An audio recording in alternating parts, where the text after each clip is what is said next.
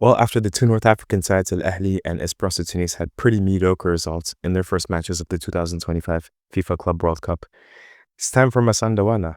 What can they do in the United States of America? Let's talk about it next on the African Five-A-Side podcast. Hello and welcome to another episode of the African Football Report on the African Five-A-Side podcast. We are practically doing 2 videos per day. I am dead tired. I'm on like 5%. If I was a cell phone, I would have 5% in battery. But we power through, we go through. Uh Mamelodi Sundowns. They are obviously at the FIFA Club World Cup. They are, for those that don't know, South Africa's most successful club. For those that don't know as well, owned by the Motsepe family in South Africa, which is one of the most famous and richest families in South Africa. Dr. Patrice Motsepe made his money as a mining magnate, and when he threw his financial wealth at the club, that spurred a lot of success. Obviously, it's not the sole reason for the success, but it definitely helped. Um, Mamelodi Sundowns have won 8 consecutive PSL titles, South African Premier League titles. For the last, let's say, 6 or 7 years, this club has been obsessed with winning the African Champions League. Um, they haven't really gotten too close, with the exception of this last year when they got to the final against Pyramids FC. But other than that, they've usually stumbled at around the quarterfinals or the semifinals. And it's really been a point of contention, a sore point for the club that has very high aspirations. So even though this isn't the CAF Champions League, this is another competition that Mamelodi Sundowns can perhaps take a stab at and sort of add to their trophy cabinet. We saw them do that when Gianni Infantino rolled around the African Football League, his version of a Super League.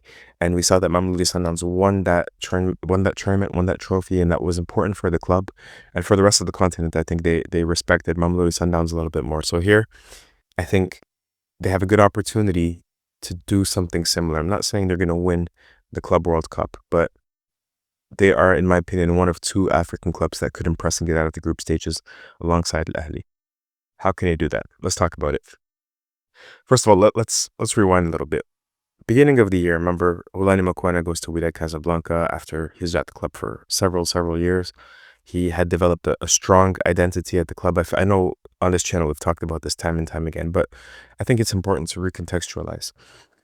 He leaves, Coach Mankoba comes in, and immediately we're thinking, okay, what's it going to look like? And for the first few matches, it looked like things were okay. Seemed like Sundowns were a little more direct, but if you remember, the man management aspect of things was a little bit delicate. Remember, he had decided not to play. I think it was Kuliso Mudau, and there was another senior player. For some reason, I want to say Aubrey Modiba, but my brain is jelly at the moment. So I know there was another senior player as well. And his media press conferences were a little bit bizarre. You know, I'm a big boy. The players have to listen to me. He just came off, I don't want to call somebody my elder like arrogant, but it came off a little bit as a little too direct, let's say, a little too forward, a little too upfront. And you're talking about a squad of players that have accomplished a lot. Many of these players, you know, they have egos as well. And so I don't think they really appreciated some of the ways that maybe he was talking to the press.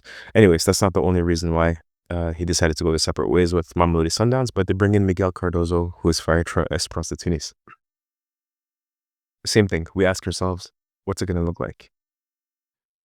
Eventually, it did look a little bit different. Like tactically, I'm not obviously a coach. I'm not a video analyst. I'm not, a tactical. I can't break it down into exact things, but just looking at it, I think anybody looking at it could look and see that this is not as intricate. It's not as nuanced. It's not as complex as Oulani Mokwena's Mamelodi Sundowns. Miguel Cardozo's is simpler. They seem to defend better. They seem to be better at scoring from set pieces. But there are also a decent amount of similarities. After all, it's the same club. It's the same DNA. And eventually, we get the same results as well. Winning the PSL, but nothing else. It's harsh to say, but that's what the record shows. Even if we look at what are the weaknesses I think these are weaknesses that we could also class under Olani Mokwena's time at the club. One criticism that we had for Olani Mokwena that we also can extend to Miguel Cardozo in the CAF Champions League, we felt like Sundowns were not direct enough or that they were not creating enough chances. That's really the main one. The second one, particularly in the final stages of the CAF Champions League, was defending aerial balls, particularly against Pyramids FC. It was worse for Orlando Pirates, but I think this is maybe a problem that we can extend to many South African clubs in the African Champions League. So let's talk about the first one.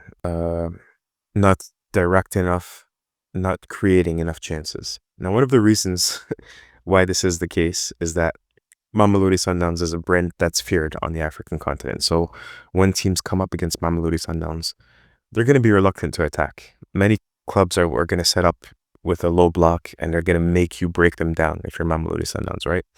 Um, particularly a lot of North African sides. A lot of North African sides, when they go away to anybody, not just Mamelodi Sundowns, any decent team, they're going to sit back and they're going to bank on the fact that when you go to North Africa, with the advantage they can garner there with the atmosphere in the stadium, they're going to have, they're going to do enough to advance by you. And so I think at times you could bring in some of the clubs that are playing in this Club World Cup and you're going to ask them to break down a North African block and it's going to be extremely difficult. So that's one of the reasons why it's the opposition, but it's also Sundowns at times. We saw times during the CAF Champions League where they were not shooting enough from a distance. We saw times in the CAF Champions League when they were not crossing when they get into the final third. And if they were crossing, maybe the only real time it was effective was the one it was from, let's say, the shoulder or the half space going into the second post, and Peter Shalulile was dragging those center halves back. But other than that, it wasn't always very effective. So these things need to change, maybe, and then sometimes as well, honestly, lack of technical quality and ingenuity. Not that's a crazy thing to say about Sundowns players, but Tashreeq Matthews started a lot of matches in the CAF Champions League on the left wing. I saw the difference when Temba Zwane came in and just the ball comes into him and it's just flick on. He fluidified, accelerated the pace of play, particularly in that final third when things can be really congested. So harsh to say, weird to say about a Mamelodi Sundowns player. Not just him, of course. Arthur Sala is another one, but if you have, like Ribeiro and Zwane, I think that kind of creativity can unlock a lot of low blocks as well. And then defending aerial duels. I don't know if this is a problem that Mamelodi Sundowns are going to have to solve in the Club World Cup. I think this is a problem that you're going to have in the CAF Champions League because many, many leagues across the African continent, including North African ones, including West African and Central African ones, they like to play a lot of aerial balls. Now, I think sometimes this could be due to poor pitch conditions in some countries and across the continent. It could be a style of play like it is in North Africa as well.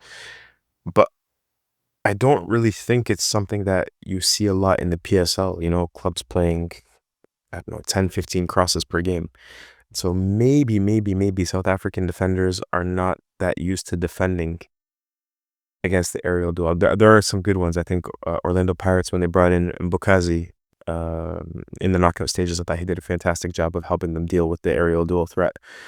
But it was a problem for Pirates, for example, throughout the group stages, and it ended up being a problem against Pyramids FC, and same thing for Sundowns with Pyramids FC. Well, that's the last time I bring up Pirates in a Mamelodi Sundowns video. Apologies to the Sundowns fans. I know I'm talking too much about Pirates, but I do it because I'm trying to generalize here, and I do feel like this is something that we don't really see so much, not just in South Africa, but even Southern African football in the Kosafa region. Maybe they don't defend aerial balls as well as they do elsewhere on the continent, and it makes me even think like, maybe sign a player from Senegal, maybe sign a player from Mali, maybe sign a defender like the TP Mazembe defender Kevin Mondeko was the captain. The last year he moved to USM of Algiers. He was the best defender in the Algerian league, and one of the main things that he really helped out with was defending aerial duels. So maybe somebody like that. I know Mamelodi Sundowns are very strict about the defenders, how good they are in possession, but maybe sometimes you need a butcher, like somebody that takes no prisoners, that's gonna kick you in your shins and and try to clear the ball right through your shins and pick up a yellow card, for those kinds of matches. Anyways, we digress because I don't think there's going to be that CAF Champions League style of football in the Club World Cup. So maybe this is not a real problem. The real problem for me is the first one. Um, so this opportunity, we talk about this tournament being another opportunity for Sundowns to impress away from the PSL, like they did with the African Football League. I even heard Miguel Cardozo in the pre-match press conference against Ulsan saying, there's a ceiling that we're going to have to sort of punch through, that we're going to have to go through. Um, but of all the African teams in the competition, I trust Mamelodi Sundowns' technical staff more than any other. I think in South Africa in general, no, let's going to stick to Mamelodi Sundowns, but really like the technical staff, the video analysts, the scouts, the assistant coaches, you can just tell that Mamelodi Sundowns are always very, very well prepared. You could tell they put in the work. And so in a competition like this, where the teams are so unfamiliar with one another, Ulsan and Mamelodi Sundowns and Fluminense and Borussia Dortmund, that kind of research and that kind of preparation, I think will go a very long way. And I think that's one thing that plays in Mamelodi Sundowns' favor. With alongside Al Ahly, I think they have, it's not I don't want to say easiest group because that's disrespectful and it's untrue, but I think Mamelodi Sundowns have an easier group maybe than Wydad Casablanca, which has, Juventus, Manchester City, and Al Ain. Here we're looking at Ulsan, which is probably a little bit weaker than Al Ain. We're looking at Fluminense and Dortmund, which are probably weaker than Manchester City and Juventus. So I think with Al Ahly, Mamelodi Sundowns have the most contestable groups. I don't know what the word I'm looking for is, but they have the best chance, I would say. The one thing that I think is difficult for Mamelodi Sundowns is they play 3 matches in 3 cities. I don't recall where exactly, but I know they play one in Orlando, one in Cincinnati, and I forget where the third one is. And it was one of the reasons why I almost decided not to go to a Mamelodi Sundowns match this time around, but I decided, I have to do it. When else am I going to get a chance to watch them? I guess I'll have to go to Pretoria soon, but yeah. So that kind of travel can wear, obviously, on a squad, and these are longer distances. This is not the Club World Cup in Qatar. This is a Club World Cup in the United States of America, one of the biggest countries in the world, and like the distances between the cities are very far. This is not Philadelphia, New Jersey, 1 hour and a half drive. One other interesting point that we should note about Mamelodi Sundowns is they didn't really buy any players in the transfer window. Again, I listened to the coach's rationale in the pre-match press conference, and I thought, you know what, it made sense. He said, look, we didn't have time. We were competing in a bunch of competitions at the end of the year. We wanted to give the players some time away from the club to rest and everything. And he also said that for some clubs like Wydad who are rebuilding, they have a new coach, or Al Ahly, he says, are kind of rebuilding because they also have a new coach. That's the time to bring in players because you're going to start from zero. You're building the foundations for the years ahead. As for Mamelodi Sundowns, he's a year in charge, but obviously this is a group that's been together for a very long period of time. So if you're bringing a player, he's just saying you got to bring the cherry on top. You don't want to bring in 5-6 players and try to implement a new system. Again, honestly, arguments that, in my opinion, register and that makes sense. But still, you can always bring in a player or two, right? But they just have to be special quality. And I guess Mamelodi Sundowns felt like they probably couldn't do it in time, but that's fair.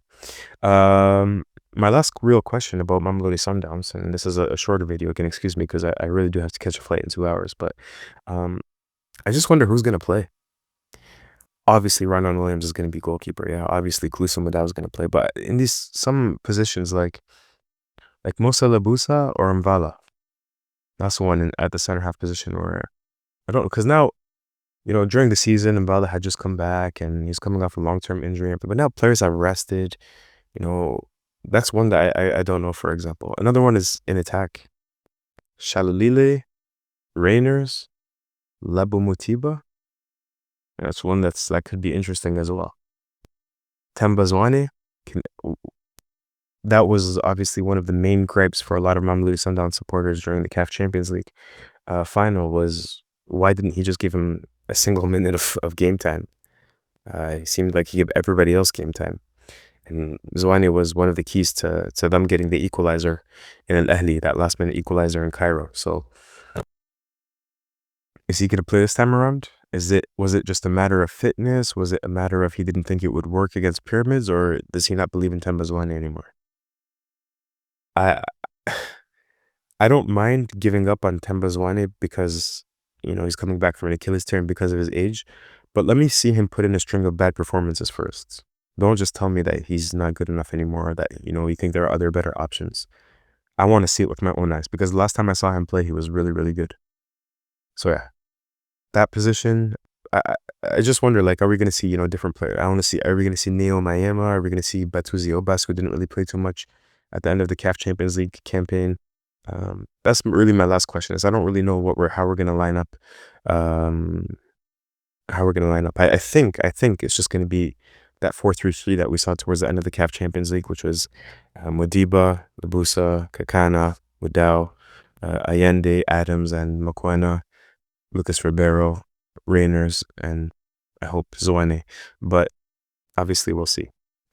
So yeah. Anyways, heading out to Orlando. Hope to see some South Africans there. Unfortunately, they're not letting us bring bags into the stadium, so I'm not going to be able to take my camera with me. But I'll try to vlog a little bit on my phone, and just recap that experience and share it with the South African fans, who obviously are very numerous on this channel. So yeah, I'm gonna leave it there for now. Talk to you all very soon. Peace.